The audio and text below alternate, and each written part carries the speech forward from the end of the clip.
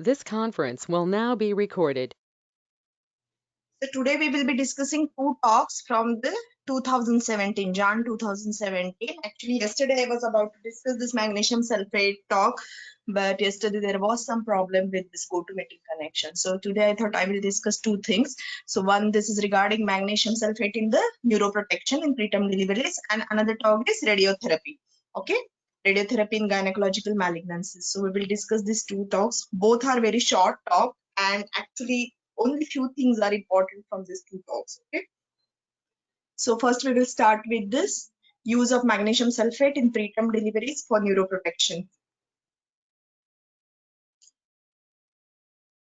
So basically, why this magnesium sulfate, or what is this, what are the disadvantages with the preterm deliveries? As you know, the incidence, every 1 in 10 babies is born preterm. Okay, in the worldwide, 1 in 10 babies is born preterm, and the prevalence of cerebral palsy is highest when the babies are born before 28 weeks of gestation. So the numbers they have mentioned, less than 28 weeks, when the babies are born before 28 weeks, the cerebral palsy prevalence is 110, that is 111 per thousand neonatal survival, while 82 per thousand live births.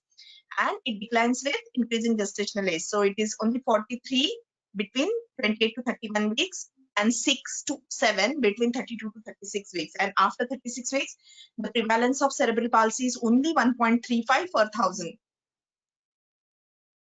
So the pathogenesis of the cerebral palsy is, it is basically, it is intraventricular hemorrhage, which is known as germinal matrix, and also white matter injury, which is known as periventricular leucomalacia.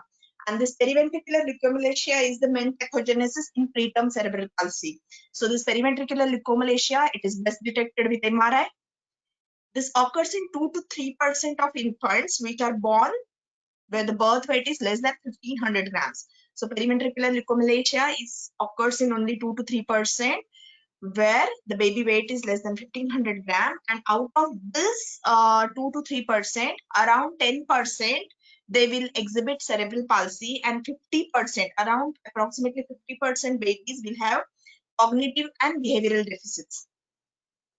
And why this periventricular leucomalacia is important? Because it is caused by inflammatory cytokine production, and when this periventricular leucomalacia is observed, it has been said that there is raised levels of interleukin 6 in the umbilical cord also, and in the babies also. So this pathogenesis, because of prematurity, either might be because of maternal or fetal infection, it will lead to prematurity. Prematurity will cause ischemia, ischemic and reperfusion injuries. Okay, and because of this, there will be antioxidant defenses and increased free radical and reactive oxygen species generation, which will cause oligodendroglial death, and which will cause this periventricular leucomalacia. So this is the pathogenesis for this PVL. So apart from CP or cerebral palsy, what are the other consequences of this prematurity, other neurodevelopmental consequences? So impairment in fine motor skills is observed in 40 to 60% of babies who are born less than 32 weeks of gestation. Okay, and also milder motor disorder also occurs in 18.3%. 3% babies which are born before 32 weeks of gestation, they have visual impairment. And those who are having periventricular leucomalacia, this incidence is up to 53%. So visual impairment is found in 53% of babies who have this PVL. Also bilateral isolated sensory neural hearing loss. It occurs in 2.2% of babies who are born before 28 weeks of gestation. Epilepsy is also known to be more prevalent in preterm babies, and also cognitive impairment is the most prevalent when the children are born preterm. So these are the other neurodevelopmental abnormalities in case of preterm babies. So fine motor skills, sensory neural impairment, epilepsy, and cognitive impairment. These are the 4 things. So what exactly magnesium sulfate does? So magnesium sulfate, remember well, it freely crosses placenta. So there is this SBA. Okay. So this magnesium sulfate freely crosses placenta. It causes cerebral vasodilatation. It takes part in many intracellular processes. Okay. It causes reduction in inflammatory cytokines and inhibition of calcium influx into the cells. So it inhibits or delays the ischemic cell death during cerebral ischemic events. So in case of ischemia occurs in this preterm babies, magnesium sulfates, it may inhibit or delay this ischemic cell death or oligodendroglial death. And it also decreases the production of inflammatory cytokines. So it will act as this neuroprotective. So these are the all mechanisms by which this MgSO4 acts as neuroprotective.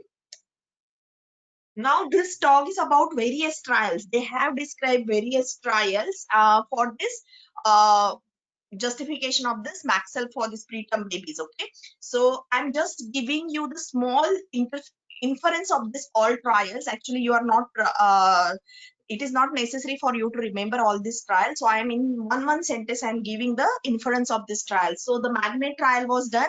What they have found is high number of adverse outcomes with MgSO4. Okay, so magnet trial, basically they have found high number of adverse outcomes. While MACP trial actually it was for eclampsia and severe preeclampsia, but as an added outcome, what they have found out in MACP trial is lower risk of death or cerebral palsy in children at 18 months of age, but it was not statistically significant.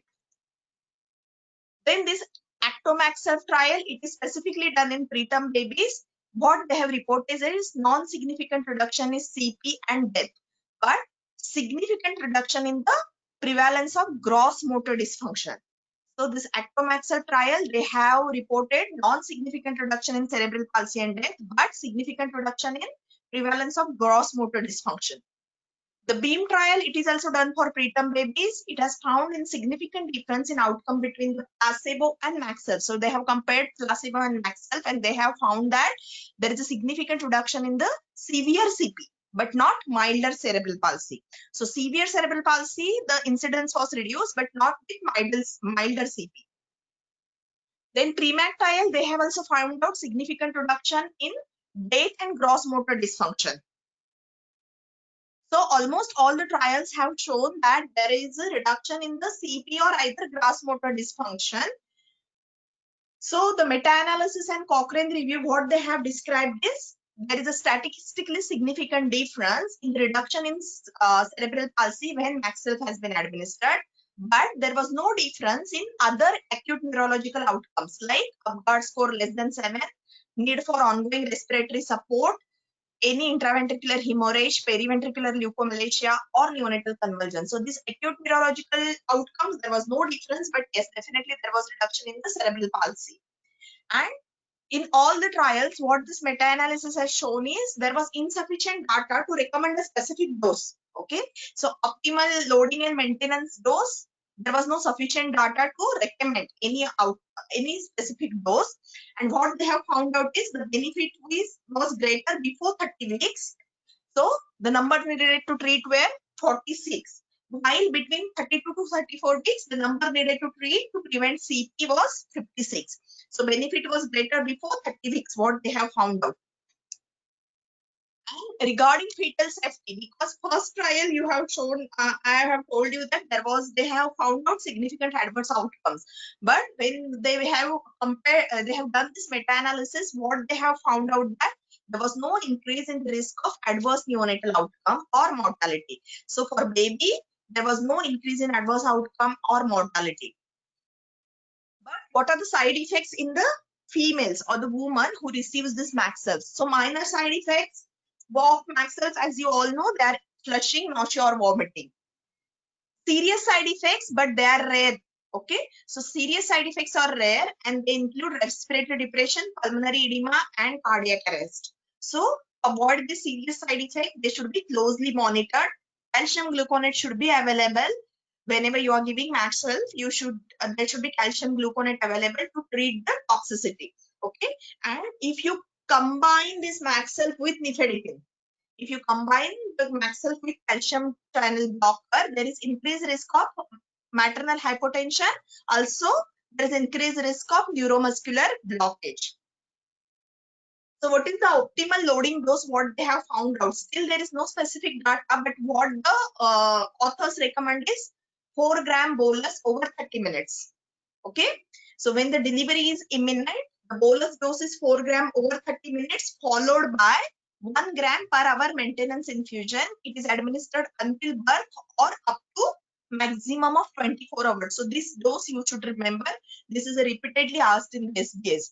So the loading dose of MgSO4 is 4 gram over 30 minutes. Remember well, it is over 30 minutes. While for this thing, they have given over 10 to 15 minutes for eclampsia. So here it is 4 gram over 30 minutes. Then what they have found out is even a single bolus dose of 4 gram, it also shown to improve the outcome, and it should be given if the delivery is imminent. So even if the delivery is imminent, bolus dose should be given. And in planned preterm deliveries, MgSO4 should be ideally administered within 4 hours before the birth. Okay, so ideally MgSO4 should be administered within 4 hours before the birth in case of planned deliveries. And with renal impairment, as you know, the dose should be reduced to avoid overdose, and close monitoring of serum MgSO4 level should be done. Now this is regarding the TOG. Now what NICE recommends? Okay, the NICE preterm guidelines and the RCOG pre-prom guidelines, what it recommends is, see, there are two things. One is offer and one is consider. Offer means you have to give. So what they have told NICE is you have to offer IV MgSO4 for neuroprotection from 24 weeks to 29 weeks, 6 days. That means from 24 to 30 weeks. As I told you, number needed to treat is less. So up to 30 weeks, MgSO4 is offered in case of established preterm labor. Now, what do you mean by established preterm labor is when dilatation is more than 4 centimeter. So in established preterm labor, only MgSO4 is offered, and who are posted for planned preterm birth, okay, like electrocesarean section for APH or IUGR. In those cases, MgSO4 should be offered less than 30 weeks and between 30 to 34 weeks.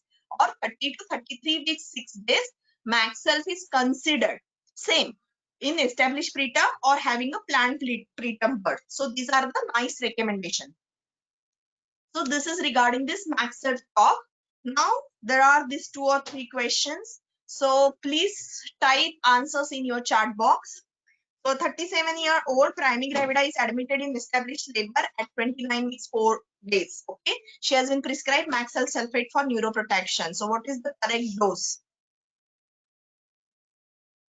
Yes, type your answer in the chat box.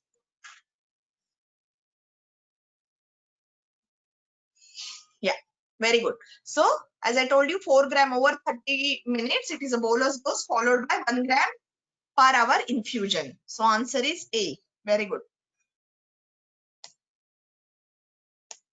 Next one is all are true about MgSO4 administration for neuroprotection except.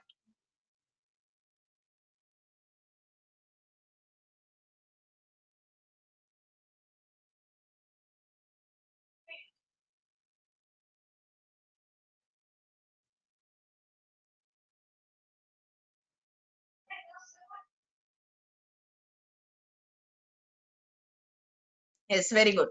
So side effects like respiratory depression, pulmonary edema, they can occur, but they are not common. Okay, these are rarer side effects. So answer is D. They have asked except. Okay. So this is regarding this MgSO4 talk. Now we will move on to the next one. So this is the update on radiotherapy in gynecological malignancies. So this talk is regarding the radiotherapy in gynecological cancers. So in which forms this radiotherapy is administered in gynecological malignancies? So it is either in the external beam radiation therapy, which is known as EBRT, or intracavitary or interstitial techniques, or combination of this. So it can be administered as external beam or intracavitary therapy, and or combination of this, and it can be given as a single modality of treatment, or it can be given as an adjuvant to surgery before or after the surgery, or combined with chemotherapy either sequentially or concomitantly. Now in the recent new developments in radiotherapy is IMRT, that is intensity modulated radiation therapy, and volumetric modulated arc therapy. So these are the new inventions in the radiotherapy delivery for the patients who receive external beam radiotherapy. And what are the advantages of this intensity modulation or volumetric modulation therapy is better precision to the target value, and it also reduces the radiation dose to organ at risk. Organ at risk means what are the surrounding organs which comes in the radiation field, those are at risk of toxicity. So this organ at risk for gynecological malignancies are rectum, bladder, and small bowel in case of brachytherapy, okay, and kidney or bone marrow in case of extended field radiation. So these are the organ at risk in case of gynecological malignancies. Now we will see what are the role of radiotherapy in individual gynecological cancers. So for endometrial cancer, what are the modalities prescribed is either it is external beam radiotherapy or vaginal wall brachytherapy, or it can be given as combined. Now there is no role of pre-operative radiation in case of endometrial cancer, only post-operative radiation is given. So what is the most important factor which decides this radiotherapy in case of endometrial cancer is lymphovascular space invasion. So lymphovascular space invasion is the most important prognostic factor in case of endometrial cancer. This was a SBA and which was repeatedly asked in the successive 2-3 exams. Okay, so this is the important SBA, remember well. So lymphovascular space invasion is the most important prognostic factor for endometrial cancer. Now there are other risk factors like age more than 60 years, grade 3 tumor, outer third myometrial infiltration, which all predict worse prognosis and they appear to benefit for adjuvant treatment. Now what they have found out is this vaginal brachytherapy, it doesn't improve overall survival, but it significantly reduces the risk of local relapse. So vaginal brachytherapy, it will not improve the survival, but it will reduces the risk of local relapse. So what are these FIGO 2018 recommendations for this radiotherapy in case of cancer endometrium? So this adjuvant radiation therapy is discouraged in low risk patient and it is indicated in high risk patient only. Now who are these low risk patients? So low risk patients are grade 1-2 tumors and up to 50% myometrial invasion. So that is cancer stage 1A. Okay. So cancer stage 1A, they should not be, and those with only single risk factors. So risk factors which I have mentioned previously. So those only have one risk factor and 1A cancer with grade 1-2 tumors. So adjuvant therapy is not recommended in these patients. For patients with high and intermediate risk factor, that means at least 2 risk factors, that is age more than 60 years, deep myometrial invasion, grade 3 tumor, serous or cleared cell histology, or lymphovascular space invasion. So when there are more than 2 risk factors are present, then vaginal brachytherapy alone is preferable to external beam radiotherapy. It provides excellent vaginal control without impacting the quality of life. While the patient who have higher risk of stage 1 and 2 disease, that is grade 3 and deep invasion, and lymphovascular space invasion, unfavorable histologies, or unfavorable molecular factors. So here in those cases, pelvic external beam radiotherapy, it should be prescribed. So now there was one question, I think the people who have given exam, they can tell me the better thing. So they have asked, I think for 1B, correct? No? What they have asked for 1B, no? What is the Yes, ma'am. adjuvant treatment surgery? 1B. Yes, ma'am. And what are the risk factors they have given? Grade 3, whatever what the things they have given regarding the risk factors? I exactly don't remember the risk factors, but stage was 1B and vaginal But brachytherapy 1B, was there. now 1B is, yes, now I will tell you for 1B again, it becomes, if it is high risk, okay, that is grade 3 and higher histologies, then it requires external beam radiotherapy. And lower risk, it requires brachytherapy. So that's why I'm asking. I think there were both options were there, correct? Yes, EBRT ma'am. was Actually, the question stem said that they gave the, I don't remember the age of the patient, Dr. Mrudula, but they said that she's 1B, but they asked what is the best way to control it. So there were options like vaginal brachytherapy, EBRT, and other options, CRT, all these things are there. But there was one option including vaginal brachytherapy plus EBRT is also there. So both should not be given. One thing is there, both are not recommended at one time. Both should not Yeah. be given. So if there are high risk factor, it will go to EBRT. If there are low risk factor, it will go to the brachytherapy. That's why I'm asking. Yeah, What the yeah. risk High factor risk Yeah, the risk factors, I factors don't think. actually they didn't mention much. It's just a Just a simple histopathological case they gave, I examination. think. Yes, I think just 1B they have given like a case scenario, and lymphocyte I don't specimen. think that this grade 3 and serious is all high risk factors. I don't think so. Then it will be only brachytherapy. If they are Actually, not they mentioned as factors, it becomes brachytherapy. give invasion of Correct? biometric. They said biometric invasion more than 50%. This line given, I Yeah. remember. Now more than The 50%, biometric that becomes invasion, 1B they only. That becomes 1B only. this is 1B. Yeah, it Yeah, becomes 1B 1B. But only. any Yeah, other high risk factors, any other high risk factors, but no. risk factor. Okay. So it becomes Age brachytherapy is only. Ages? yeah. Thank you. Age they have mentioned? Age cannot remember. Okay, Maybe no problem. mentioned, but cannot remember. Okay. So remember, so you have to read the question very well, remember for others. So you have to remember whether there are any high risk factors, then she will go for EBRT. If there are no high risk factors, the option will be vaginal brachytherapy. So remember that this question was from this TOG only. For women with stage 3 endometrial cancer, it is the combination of chemotherapy plus radiation. Okay.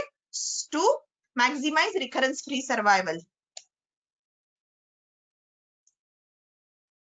Now, for cervical cancer, as you know, it can be given as a definitive treatment for higher advanced cervical cancer, and for early cancer, it can be given as adjuvant cases also. So, what are the factors where it is given as adjuvant radiotherapy? So, tumor more than 2 centimeter, more than 50% stromal invasion, lymphovascular space invasion, parametrial extension, and lymph node involvement, grade 3 diseases. All these are risk factors for adjuvant radiotherapy along with surgery. And here, as you know, it is known as chemoradiation. So you are giving cisplatin along with radiotherapy to improve the radiotherapy effectiveness. Now, brachytherapy is usually given in case of cervical cancer from stage 2 onwards. So it is intracavitary or interstitial. So now there are 3 things are there in this cervical cancer brachytherapy. Previously, it was given conventional low dose therapy. So conventional low dose therapy using radium and cesium sources, it takes around 4 to 5 days to deliver. Single setting requires 4 to 5 days. Then it is replaced by medium dose treatment, which requires 12 to 20 hours. And now high dose delivery is also there, and pulse dose delivery is also there. So high dose treatment requires only 5 to 10 minutes, and it is usually given in 2 to 5 doses or fractions. While pulse dose treatment requires single or 2 treatments, but it takes over 24 hours, and it requires the availability of support staff, radiophysics support staff. Okay, so this is the newer modality, that is high dose delivery and pulse dose delivery in case of brachytherapy. When in case of conventional brachytherapy, as you know, they follow the Manchester rules. There are 2 points, A and B. So point A, it denotes the ureteric location. So point A is 2 centimeter above and 2 centimeter lateral to external os. It is where the uterine artery crosses the ureter. While point B is 3 centimeter lateral to point A at same height, and it denotes the obturator node. So point A and point B is for the dose determination of radiation dose. So excellent long-term control has been obtained from this for the patients where they have small symmetrical tumors, but relapse rate are higher for larger tumors and when the pelvic wall is involved. So for this conventional brachytherapy, it is good for smaller symmetrical tumors, while the relapse rates are more with larger tumors and pelvic wall extension. And there is 5 to 10% risk of bowel and bladder high grade, that is grade 3-4 toxicity with this conventional brachytherapy.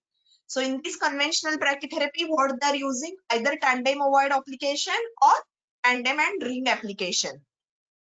Now in UK, it is usually used as image guided brachytherapy, where the CT scanning is used or MRI is used to review the applicators and to localize them. So to avoid this OIR damage.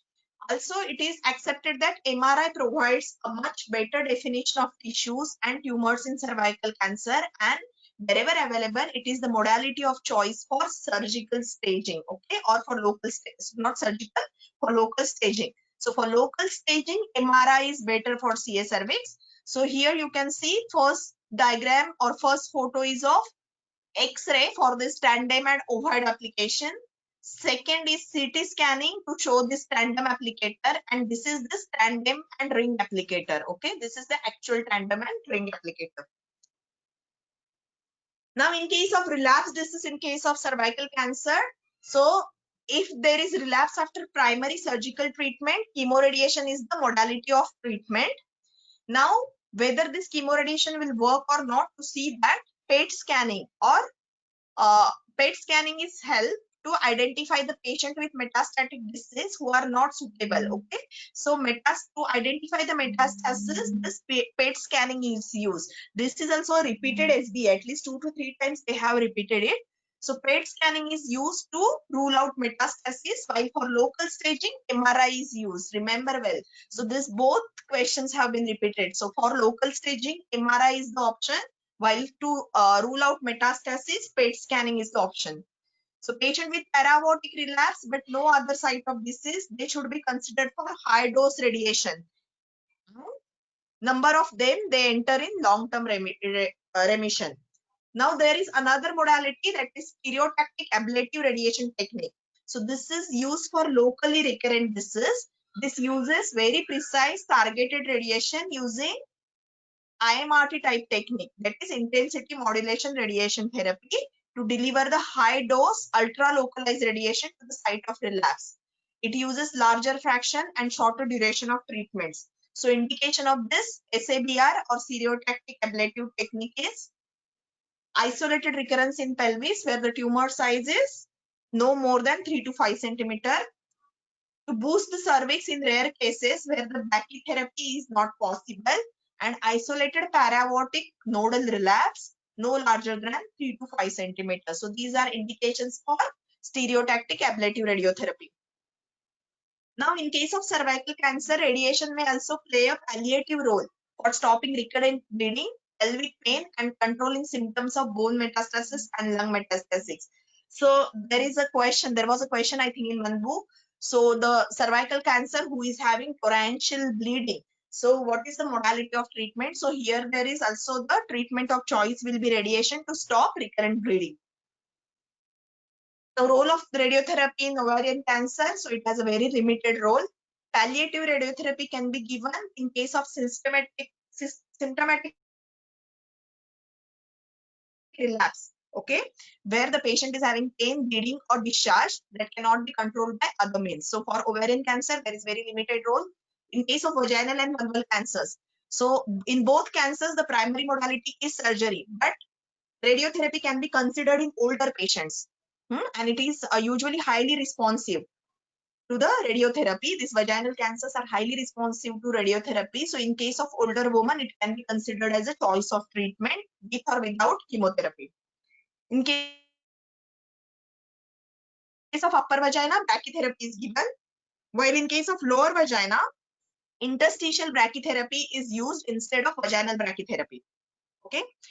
Now, in case of vulval cancer, radiation therapy, it is used for adjuvant treatment when more than one positive node or a single node with extracapsular spread is there, or in case of relapse disease.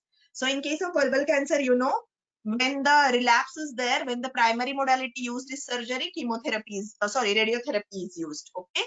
And when the radiotherapy is primary modality of treatment, in case of relapse, surgery is used. But it requires higher dose. Now, what are the toxicity and side effects in case of radiotherapy? So as I told you, it is a organ at risk, that is damage to rectum, bladder, and small bowel. It is a major adverse effect, and the incidence is around 5 to 20%.